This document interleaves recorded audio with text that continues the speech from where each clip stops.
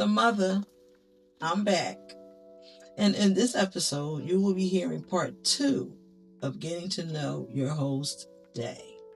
Hey, y'all. So, Day, you would agree I have seen a lot of versions of you. Yeah. Okay. So, I would agree with that too.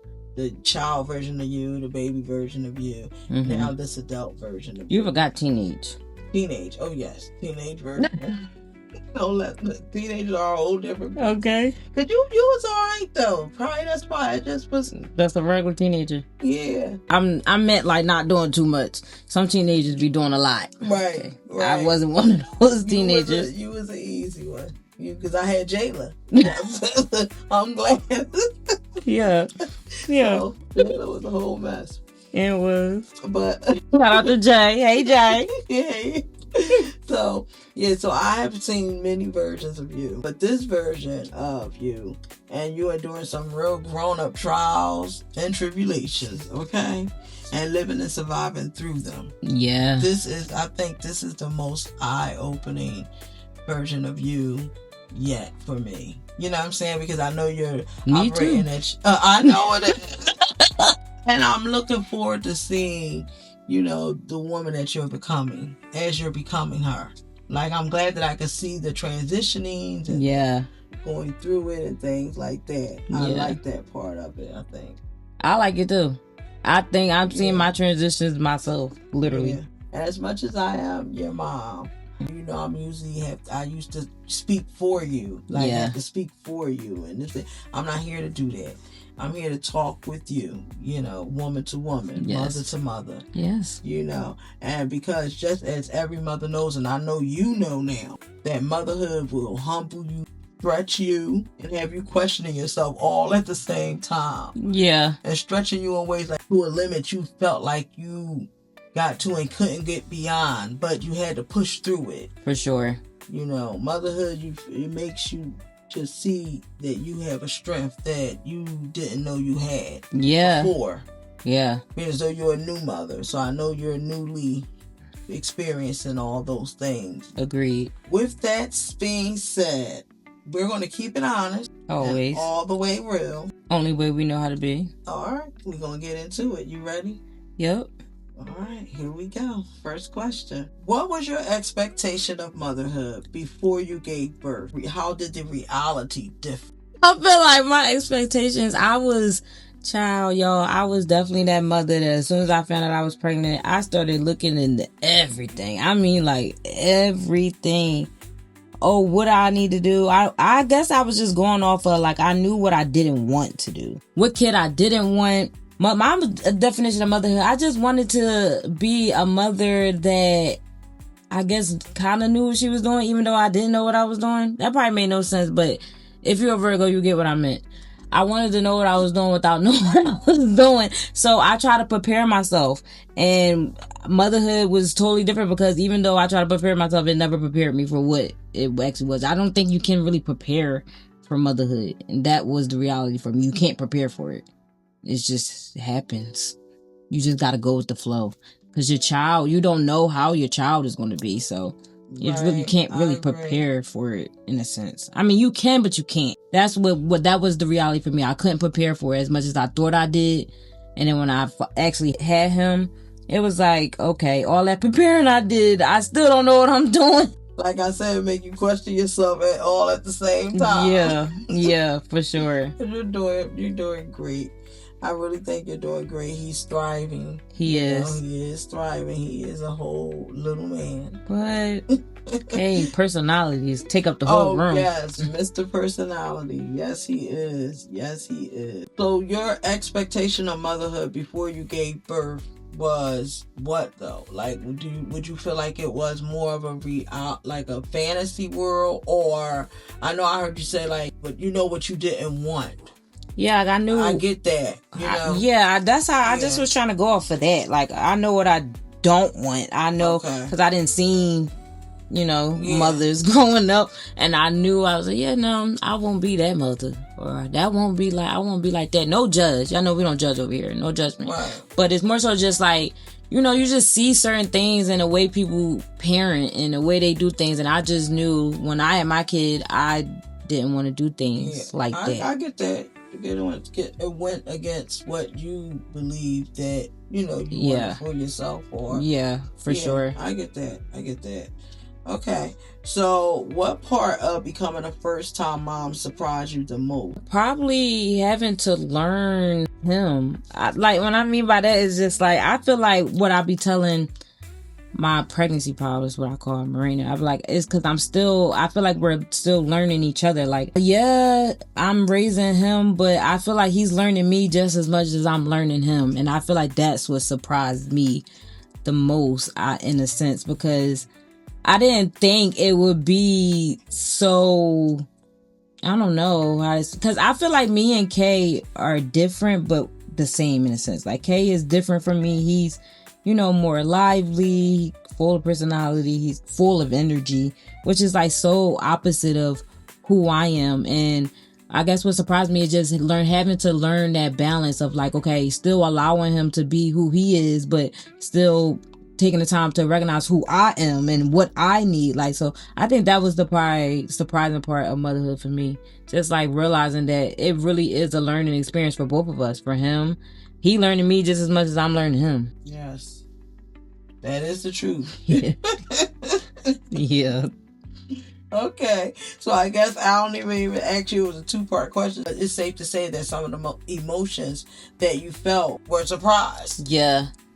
Yeah, okay. For sure. Surprised and like, oh my God, okay, this is different. Okay. Like, I don't know what I thought motherhood would be. I mean, I didn't expect him to come out knowing, of course, how I am, obviously. That's not what I'm saying.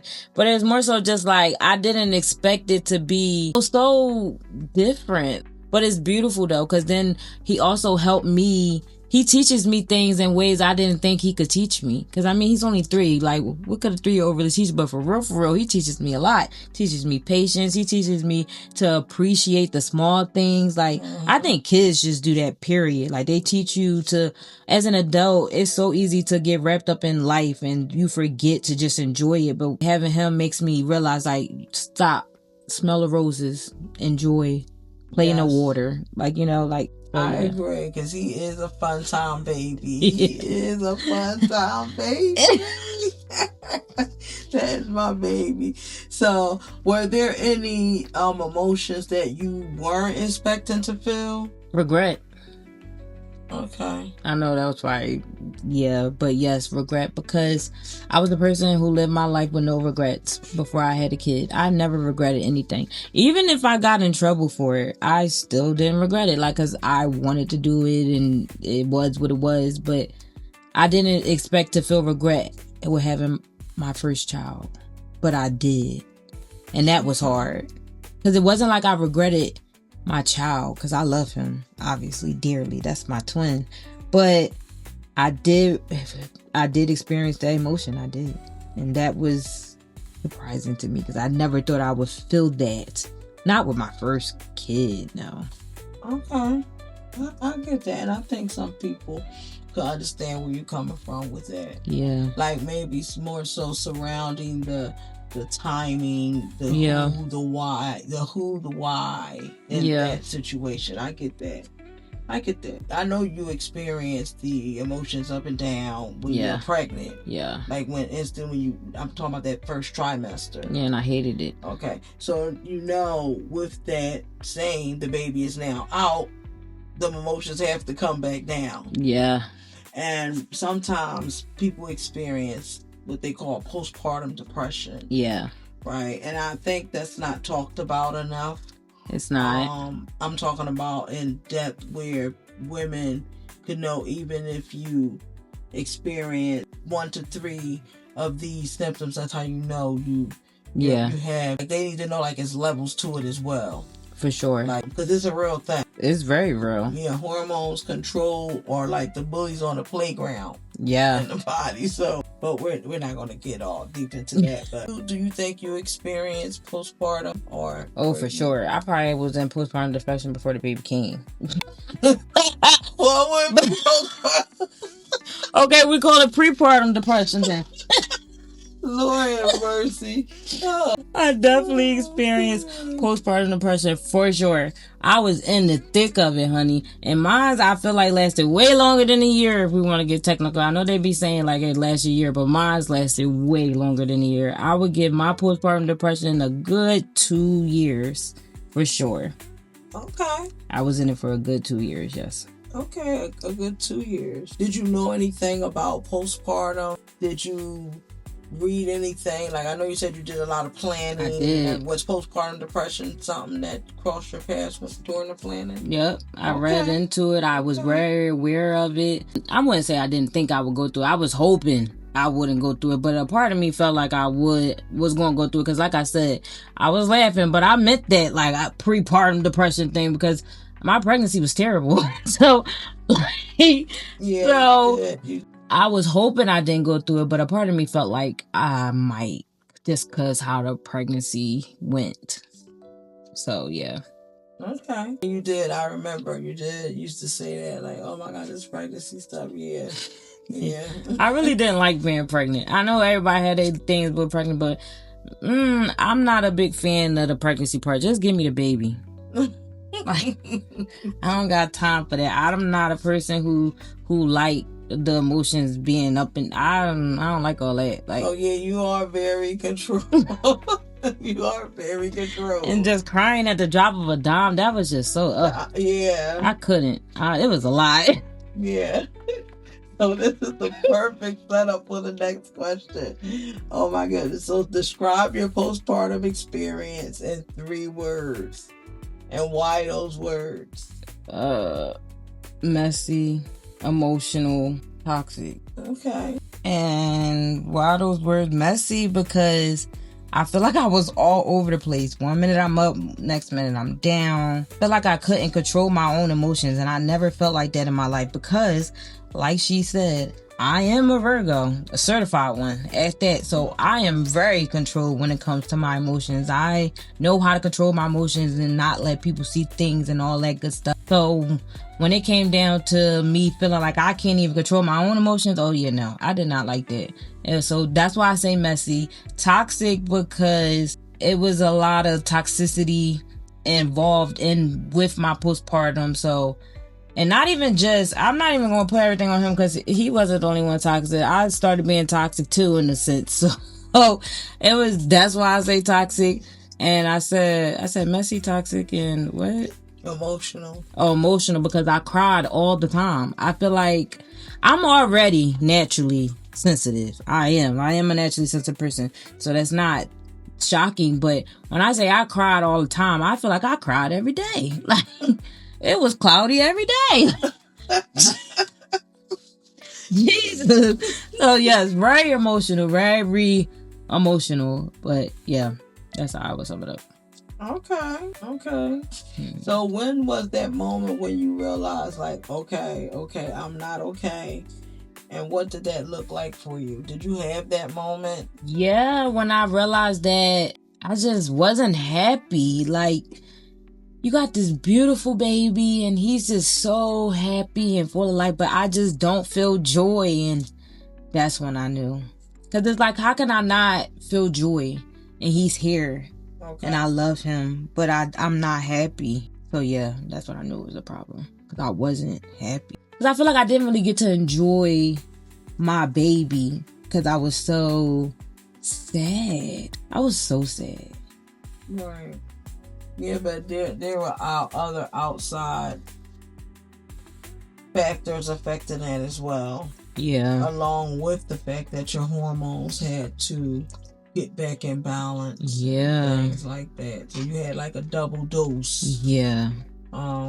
At that time. Yeah, and I feel like it was just hard to pour myself out that I call it a hole, a dark, deep, dark hole, because that's what I felt it was, a deep, dark hole. And I just didn't see no sunshine. A lot of people always be like, oh, there's light at the end of the tunnel. But when I looked at that tunnel, it was just dark. There was no light. Oh, yeah. Wow. It was really dark. And that's just like, that's something heavy to hear. Because if anybody will hear you say that, most people do see like light at the end of the tunnel is maybe next week I got this hair appointment that I'm looking forward to. It's always something that we're looking forward to doing, even if it's getting up for work, or I got this thing next week, or it's always something for you to look forward to. And just loving the fact that you have life. But I know sometimes life can get hard as well. Yeah, it was hard. I just know it was. That's why I just always kept advocating. Look, you gotta go talk to somebody. Yeah, like it's okay to admit when you need to go talk with somebody. Yeah, a professional, right? Yeah. And what's something people said to you during that time that didn't help, even if they meant well? It gets better. Oh God, I hated hearing that. Like, it gets better. It gets better. Cause I mean, like, I know, like, obviously they're just saying it because I'm in it now, and they see how much it's affecting me, and how how sad I am about it. But in that moment, that was like, I want to say I didn't want to hear that. It wasn't that I didn't want to hear that. It's just I didn't believe it. So it's like you saying that meant nothing to me. Like, okay, yeah, it gets better. It's not going to get better because it's raining. It's been raining. It's still raining. And it's going to keep raining. That's how I felt. So when I would hear, it gets better, it's just like, okay, whatever, I guess. But obviously it do get better because here I am now. And that's how this podcast is here. Like, if it didn't get better, y'all, this podcast would not be here. So it does get better. But in that moment, that was the last thing I wanted to hear. Okay. And what were some internal battles you faced during postpartum that people don't often talk about? Pulling yourself up out of bed. Like, man, that was hard. Right. And still just having to go to work, and that was hard. Like, just, I guess, still just living life. Being an adult. That was hard because it was the last thing I wanted to do. Yeah. I just wanted to stay in bed. But it's like, how you going to do that? You got this baby. Right. But it was like, that's what I want to do. I just want to stay in this bed. Okay. But yeah. How important would you say that it is to have support during having like postpartum and after being a first time mom and having just a healthy support system look like? Support is important. Like, I shout out to my support system, man, because if I didn't have it, I don't think I would have got up out of it. And that's probably like the only reason I did get up out of it is because I had the support that I did have, and the people who loved me, and just being there and just with me through the storm. Because sometimes when you're going through stuff, you can feel like you're so alone and that nobody understands because they're not going through what you're going through, or they don't feel how you feel. Even though you may feel like that, I didn't really feel that way. Like, yeah, I was going through it, and I know I'm going through postpartum. I didn't really feel like I was alone. So I guess that's what made it easier to get through, because I wasn't alone. If I was alone, man, would have been 10 times harder. I don't know how I would have got through it, but I hope I would have got through it. Right. Maybe my baby would have been my push, but I don't know. But yes, having support is so important, which is why I stress on this podcast that healing is not meant to be done alone. And I mean that, and with my soul, I mean that, because I stand in it. I believe that. I know it. Like, cause if I didn't have my support system, I'm telling y'all, I would not have got through that postpartum, because it was hard. It was hard. And would you agree that the support system also put that mirror up that you may need to see sometimes? Yeah. You know how sometimes you could just sulk and keep replaying all your worst replays. Yeah. That support could be like, hey, listen, remind you of the confident person you is. Like, put that mirror, like, remember this, and like, no, come on, Yeah. Like, they help you to see your own strength, even when you feel weak. Yes. Because that's what I did. I felt so weak, but my support system helped me to see, like, you're not weak, you're strong, you got this, you're going to get over this, like that. So it just helped you to see your own strength that you don't see at the time, because you're so low. Okay, so what did going through postpartum and new motherhood teach you about your strength as a woman? That I'm really her. Like, cause man, I'm telling y'all, when I say that I know I'm strong now, it's like, it's not a thought before. Cause I feel like before it used to be like, am I strong? I know I come from strong women, but like, do I have that strength and stuff like that? I will question it because it's like, I don't really feel that strong. But I feel like after going through that and getting through it, because yeah, I got through it, I can honestly say that, yeah, I am strong. I know I'm strong. Can't nobody say I'm not strong. But it was hard and it was dark and I still pushed through. And I'm here to talk about it now and speak about it. And I could say, like, I got through it and help other people to see, like, you know what? Whatever you're going through, you can get through it. So, yeah, I know I'm strong now. There's no question about it. And can't nobody tell me anything different. Okay, I like that. You know, I like that. And yes, you do come from a line of strong women. But like I will always say to you, you also got to understand that a lot of them women, when you came and they were of a certain age, or we was at a certain age. Right. So now you understand what the strength, where we got ours from experiences, that is the best teacher. It is. And to give you the strength that you need to push forward a lot of the time. Yes. You know. Yes. And then you got that perseverance. That's where all that comes from, with the genetics and everything. Like exactly that. But experiences play a big part of it too. It do. When you put you in situations that you never thought you would be in. And you gotta be, you're right there. All right, you up. You up. Like, what you gonna do? It's nothing else. You looking around, can't, no, it's you. You are up.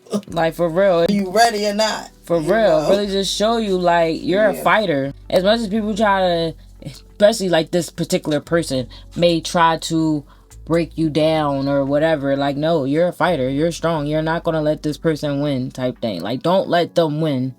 And that's kind of what it gave me, like that. I think that's where I got the strength, because I didn't want them to feel like they succeeded in whatever they was doing. Like, if your goal was to break me down, I didn't want to feel like that you succeeded in it. No, that's right. Like, I wanted to show you that you tried, but it didn't work. What was I just saying to you? I think, I don't know, was it 2 weeks ago? I think I was reading something, and I was like, yeah, when he said people always talk about anger as it's a crazy emotion. Nobody really want to be there. Yeah. But one thing anger is a hell of a motivation. It is. It is. It will give you the motivation to do some things. It will motivate you to do whatever you need to do. You know. Exactly. Yeah, you're in that very driven mode. I think that's what it is where anger sits. Anger sits in that driven mode as well. Yes, and there's stages to postpartum depression. Like, just how, like, stages of grief, like they say, stages of postpartum, for sure.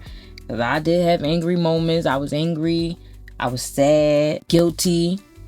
Feeling guilt. Yeah. All that. I went through, like, man, I can't tell y'all how many emotions I went through throughout those whole 2 years, but trust me, I pretty much went through them all. Like, I can honestly say I went through them all, and each of them had a little length too. It wasn't like, oh, I was angry one day. No, they had lengths. Like, I'll probably be angry for weeks or whatever. And then on top of it, I had like this birth control, and I was just angry. Man, I had a lot going on, child. Yeah. I did. You did, but look at you on the other side. And is. And is. But what would you say to a new mom, like, who feels overwhelmed but doesn't want to admit it, or have nobody to talk to about it? Maybe admit it.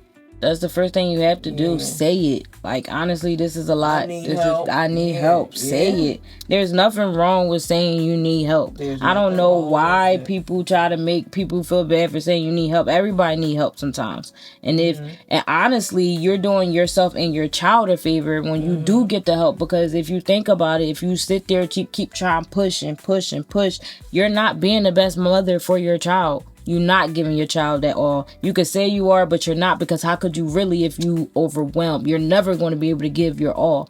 So if you look at it like, me getting my help is helping my child, me be the best mother for my child. That should be the motivation you need to go get that help, because you should want to be the best mother for your child, because one, they did not ask to be here and they deserve that. Like, give them the best version of you. And if that means going to go get that help, go get that help. It is okay. I'm all for help. Y'all know that. That's why this podcast is here. And then people like to think that help has to come from a person. Sometimes it does not. Maybe it's reading a book. Maybe it's listening to a podcast. Maybe it's watching a sermon, or maybe it's getting into a religion. Whatever the case may be, help come in all different forms. Sometimes it's not always a person, but whatever it is, if it is a person, if you do need help, just go get it. I like that. And that's the truth, especially for our community. Yeah, for sure. For sure. And therapy is your friend. It's not an enemy. I don't know why people look at therapy as taboo. Or I don't want to go say I need help. Therapy is your friend. And all therapy does is help you see what you need to see. And most of the time, you already see it, but they putting it in your forefront. Like, therapy is a tool. Use it as a tool and not as a weapon or something against you. It's not meant to be against you. It's meant to work with you. Right. And that's the best thing to say, that to use it as a tool, because you may need it. You may not need it in your 20s, but maybe bam, something happens, something tragically happens, and you just can't get your way through it. You're talking to the people that you love the most. They're saying things, but to you it's like, what are they saying? I don't want to hear what they saying, for whatever reason it may be. Yeah. You know what I'm saying? But then you got to talk to somebody. And that's okay. And once you get past it, you probably don't need it anymore. Exactly. You may need it. I look at it as different stages throughout your life. It's okay if you need that support to go get it. And quite honestly, I think I'm going to just be one of them people. I'm not currently in therapy, but I've been to therapy a few times for different stages in my life. Like, I went to therapy when I was pregnant, and then I went to therapy before I got pregnant too. And then I went to therapy after pregnancy when I was dealing with my co-parenting. Like, I went to therapy at different times in my life. I'm not in therapy right now, but I realize I am going to be one of the people that just go when stuff is too heavy, and that's okay. I'm fine with that. Like, I know I don't need it consistent. I'm not a person that need it consistent, like need to talk to somebody every single day. I don't need that. But sometimes, like I said, when stuff get a little too heavy and I know life is just lifing and I feel like it's just loud right now, then maybe that's when I need to go talk to somebody. When I do, I'm like, okay, I feel better. I got what I needed from that. Now I'm going to use that to my advantage and help me through this, whatever it is for the reason why I needed to go. Okay. How can someone support a friend or a partner going through postpartum in a meaningful way? What would be your advice to the significant others out there? I think that's a great question, because I think the best thing you can do is just be there, one. And two, sometimes you probably just need to be a listening ear. Maybe they need to vent. Like, maybe it's just about venting and not judging. Because sometimes they may say something that may be perceived as crazy. Like, oh my God, how could you say that? But don't say that. Like, just let them say it. Because maybe they just need to say it. That don't necessarily mean just because they saying that they're going to do it or that's whatever. Maybe they just need to get it out, because holding stuff in do more damage than letting it out.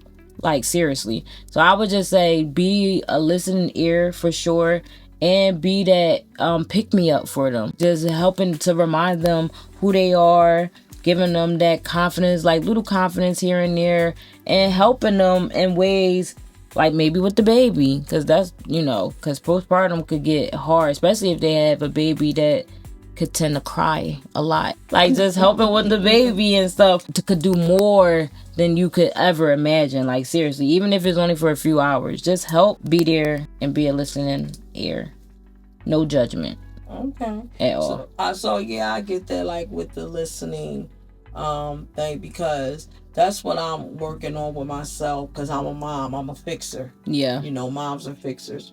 And my adult children, what I need to do now is just listen sometimes, and not going into, oh, this is what you need to do to get it, to fix it, to do all that. You know how I get. Yeah. All right. So that's what I'm trying to learn. Like, you understand what I'm saying? So now what I'm going to do is I'm going to pick one thing out the conversation, like in parts, depending on how long the conversation is, and pick the parts where I could say, I felt like that at one point. Yes. Because a lot of the times when you need to vent, you just want to know that you're not alone in certain things. So that's going to be my way of, slow it down and transition into this new part of motherhood. I think that's beautiful. You know, I'm always saying what I could do to better myself. Yes. You know how I am. And that's beautiful. Yeah, and how me and my kid is. That's the most important relationships that I have. I love that. Because it is a difference if you think about it. Like, going from definitely different. Them being a teenager to adulthood, you got to be a different type of mother now. You're going to always need your mother. Like, your parents, you're going to always need your parents. I don't care what nobody say. You're going to always need your parents. No matter how old you get, you're going to always need your parents. But I feel like what it make it be kind of like, not difficult, but a change for a parent is how they show up for you. Because, you know, you show up for us in different ways. As a kid, you got to show up a different way, But as an adult, you have to show up, but in different ways. Maybe it's just listening, or maybe it's just relating, or maybe it's just, you know, different ways. So I think that's beautiful that you're doing that. I love that. But you gotta pivot, you know. You do. And so I get that, what you mean, like when you just wanted somebody, when you was in that situation, or your significant other, you know, to just listen. Yeah, just hear me out. Don't make me feel bad for how I'm feeling or what I'm saying. Even if it do sound crazy, so what? Just let me say it, because this is how I'm feeling right now. I just need to say it. This is what I feel. Yeah. And what do you wish more people understood about first-time motherhood? I wish more people understood that it's hard. It's hard, but not in a way people may think. Like, it's hard mentally and emotionally. Not even just being a mother. Like, it's easy, I want to say easy taking care of a child, because it's really not. But mentally and emotionally, it is hard. It do a lot to your mental. Especially if you don't have the help that you thought you would have. That could really mess with your mental. Or especially when it don't meet your expectations you thought it was. Like, I'm pretty sure every mother, or I don't know, but every woman went into like, oh, I know how it's gonna be when I first have a kid, like how it's gonna be. Okay, yeah, something, you know, like to when, like, I know when I first get married, you know. Yeah, exactly. Fantasy. Yeah, exactly. Okay, I know every mother then probably went through that for their first child. Like, I know how it's gonna be when I have my kid, and then when you have your kid and it's nothing like what you thought, that could be hard too. Like hold on, this is not what I thought it was going to be. This is totally different. This is not what I expected. Now, and then I think that was the hard part for me, per se, like dealing with that, because it wasn't what I expected at all. I don't think I had like this fairy tale version, but I thought motherhood was going to be, because I always loved kids. I was always known for loving kids. Like, I knew I was going to be a mother. People knew I was going to be a mother before I became a mother. Like, I was one of those girls that everybody knew I was going to become a mother. So, like, of course, I looked at motherhood like, oh, this is going to be fun. Like, I know what I'm going to do, because I was just always so good with kids. But then when I had my own kid, and it was, man, it was completely different than what I expected. That was the hard part for me, for sure. That was hard. It's not what you expect. I feel like that's what it is. It's not what you expect. Okay. So this next question, and it's also our last question of the interview. Okay. Okay. But it's a 2-part. Okay. So it's going to be about, because this episode was about motherhood and postpartum. So one is for motherhood, and one is for the postpartum. Okay. Okay.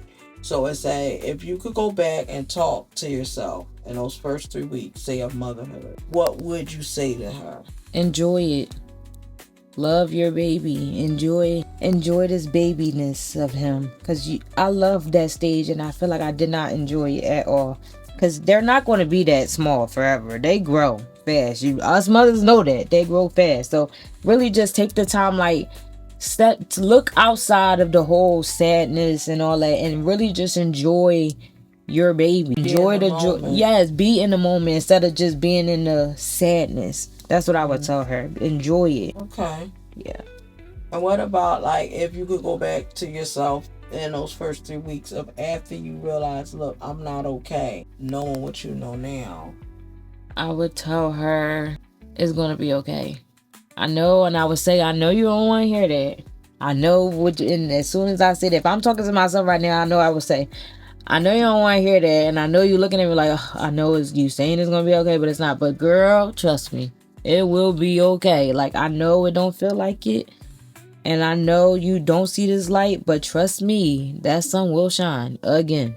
It do. Like I told you, what I tell you. Okay, it will shine again. What I tell you, I always tell you, everything is going to work itself out. Well, that should be her motto at this point. Like, something she say, that's literally something she say all the time. Anytime I'm going through something stressful and I feel like, I'm just so tired. I'm just over it. She like, it gets better. It's gonna get better. Everything works out. I'm like, oh God. It always does work. Here we go. Here we go with this work stuff out stuff, Mom. It's not working right now. Oh my goodness. Oh Lord. See, that's what I'm talking about, y'all. See, here's the Virgo in her. Okay? I swear, like, it's so hard for me to. I don't know what that's called. What people call it, like is it glass half full or glass half? Which one is it? Is it glass half empty? Oh, it's hard for you to be optimistic. Whatever. Because you always being pessimistic. I'm sorry. My glass is always half full. Mine's not. It's empty. It be empty. Like, I don't know. I'm trying to get out of that though, because I do realize I am that type of person that try to do that, and it's not a good way to be. But I am a person that tend to be in that moment. I be in that moment, and I feel like in that moment is like this is it. This is the moment. It don't get no better than this. I don't see it. I'm trying to get out of that though, because I swear it's not a good place to stay or be. Man, you could get stuck in that, like, and really and it could get you depressed because you just stuck in this sadness. Like, you can't get out because you so like, it's not going to get better. It's never going to get better. Like, that's not a good way to be. So I know it. I'm working on it. A work in progress. Working I on always say, we're perfectly imperfect people. Exactly that. And it's good. It's a good place to be. It is. It truly is. It's a good thing. Well, growth is amazing. Growth is amazing. Thank God for growth. Like, well, more people need to do it, but thankful for it. Growth is important. It's needed. It's mandatory. Yeah. I don't think you can go through this life of yours and not grow at all. That's why I don't understand where stagnation come from. Like, it does not help you. It does not benefit you in any type of way. Growth is needed. You need to grow. And if you think about it, if you don't grow, how crazy would you look if you, like, say if you're 16 and then when you turn 26 and you still acting 16? What people gonna look at you like, come on now, you a child, grow up. So I don't understand why people don't look at growth like that. You have to grow. Just like when you turn 50, you should not be acting the same way that you was acting at 25. Like, let's be real, y'all. Come on. Yeah, but that's also one of the things that Daniel Hulse talks about. Adolescent phase. Yes, yeah. Like, you have to grow. It's needed. It's needed. Who I was when I'm 16 and who I am now is totally different people. I think different. I feel different. I look different. Like everything is different. So I don't understand how people don't look at growth as necessary. It's scary. Growth is scary. It is, because it's something that you don't know, and it's unfamiliar, and it's uncomfortable, and who likes being uncomfortable and unfamiliar and stuff like that. But sometimes you need to get uncomfortable, and you need to get in unfamiliar spaces, because that's the only way you're going to grow. You gotta be uncomfortable. You do. Sometimes you just have to. It is what it is. The other side of uncomfortableness is growth. It is. It is. And it's a good place to be. It is. It is. It really is. When you look back, it's like, okay. Yes. Like this. Yes. I never, like, with the uncomfortable, you gotta be uncomfortable. I'm a lover of knowledge and a lover of growth. Yes. So I look forward to the future. I love wisdom. I love the fact of getting older. Remember, I was so happy to turn 40. Girl, y'all know that's me. I be like, I'm about to turn 30. I can't wait. And people be looking at me like, what? Like, why you trying to rush your 20s? I'm not rushing, but I'm just saying, Mama ready to turn 30. I'm ready to see what 30 got to offer me. Yeah, it's like, let's keep this thing forward. 20s was cool. Yeah. But come on, 30. What 30 got to show me? Still here with all the scars and bruises. Exactly that. Good thing. It's a good thing. Growth is such a good thing. Getting older and wisdom is such a good thing. Yes. Like, I think it's a rite of passage. It's a rite of passage. I love it. That's what it should be looked at and viewed as. Yes. You know, let's take care of our elderly, y'all. Like, look in on them. Be friends with them. Yeah. Okay, because I am a person that be having older friends. I don't care. My friends be like 40, 30. Hey, y'all. That is not. Why does this girl just say 40, 30? I said elderly. Elderly, yes. My friends be like 40, 30. And also, I be friends with the, 50s too. It don't matter. What? It don't matter. I never kid. Never kid. Hey, girl. Now, but... Hey, girl. No, for real, though. Love your elders. Respect your elders, for sure. I don't know why people out here disrespecting their elders. That is crazy to me. Respect the elders, man. I'm not about to get all soap opera, but yes, respect your elders. Yes, I was about to say she's trying to get on her soapbox, and I'm about to take this thing on down because I'm passionate about that. Y'all need to respect your elders. They got so much wisdom to give. Y'all need to respect them, seriously. Yes. Thank you. Put that out there more. Yes. How you think you want to know about the history? You got to know your history to know where you're going. Exactly that. Hey guys, I'm just so glad that y'all tuned in for getting to know your host today. And I just wanted to say to you that I'm really proud of the way you showed up in this conversation. Because I know you, and I know when you're trying to be uptight, like hold back, but I think you was completely open and I like that. And you did not know what I was going to ask. I didn't. I did not know none of these questions, y'all. Yes, and she the one I need to see him before she got to control everything. Okay, let me prep. Right. So I was like, no. We're going to do it this way. And I love that you showed up. And you did. For y'all. Yes. I really do love this podcast, y'all. And I want to show, I feel like the only way this podcast is going to grow is if I be more vulnerable and just really show y'all why this podcast is here, why it exists. The more genuine you be, the more people feel it, okay? Mm-hmm. Y'all feel me. I know some people going to feel me, especially my mothers that been through it, y'all going to feel me. Because, yeah, it is relatable. And this is real life. We all go through it, and it is okay. As long as you get through it, then that's all that matters. Y'all know what I say. That's what it's about. We may not have everything figured out in this life or right now or in the moment that you're sitting in. You know what I'm saying? But just be honest about where you are and always be honest to yourself. Yes. Always. Yes. Always. Yes. That's the only way you're going to grow through something. Yes. You have to be honest. You have to sit in it. You have to be honest. You got to go through it to grow through it. Right. That's right. I love that. Right. Like, I know when you were just like, Mama, I'm so damn deep all the damn time. And that's why I'm probably so deep, y'all. People always be like, oh my God, you're so deep. Even my friend Keith was just like, why you always got to go deep with everything? I don't know no other way.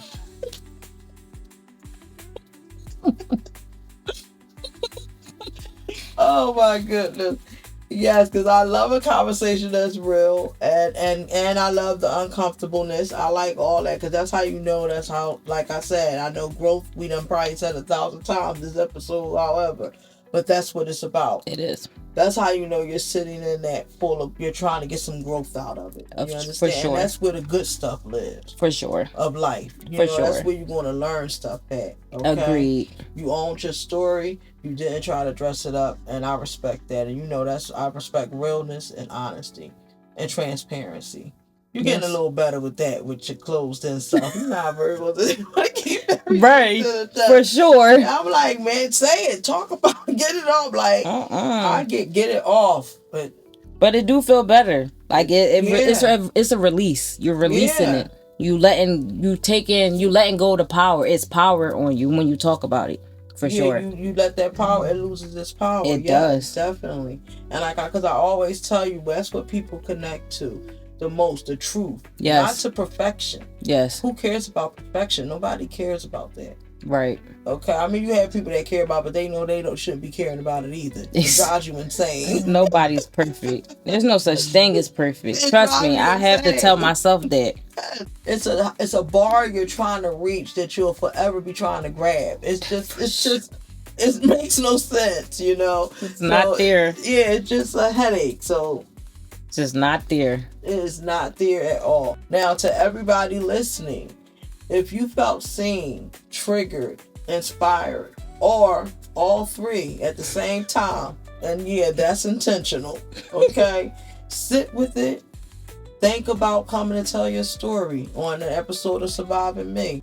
And you know what, guys? I'm the mother. You know that's my time of being a little bit of my baby business. Okay. So, Day, we'll talk to you guys in the next one. Oh, and I know I will too, right? Yes. Part 3. We're doing part 3, and part 3, it's going to get messy. We're going to talk about the baby daddy. Oh. We talking about him and everything. Not ooh. We want to talk about, that's going to be the final, part 3 is the final thing of my story, but it will get into the baby daddy and everything I went through and the co-parenting and everything I'm still going through to this day. But, you know, we're going to say that for that episode. And so make sure you tune in to the next episode and the last and final episode. And like I always say, no matter what page of healing you're on, you're not alone and you're not behind. Keep going through it. Keep growing through it. And keep glowing through it. And we will see y'all next episode. Bye. Bye. I've battled the silence. I've wrestled the shame. Faced all my demons and called them by name. This ain't for show. It's deeper than deep. I'm surviving